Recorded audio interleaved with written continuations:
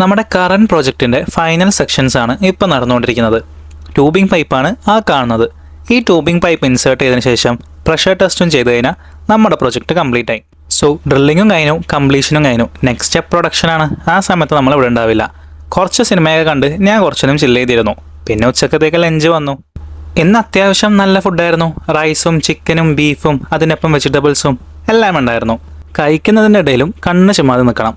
അങ്ങനെ ഫൈനലായ പ്രഷർ ടെസ്റ്റൊക്കെ കഴിഞ്ഞ് നമ്മളെ പ്രൊജക്റ്റ് ഓൾമോസ്റ്റ് കംപ്ലീറ്റ് ആയി. ഇനി റിഗ് ഡൗൺ ആണ്. അതിൻ്റെ പരിപാടിയിലാണ് നമ്മൾ. ഇനി പുറത്തുപോയി സെൻസേഴ്സൊക്കെ ഊരി വെച്ച് നമ്മളിവിടെ അടക്കി പെറുക്കി വെച്ചു.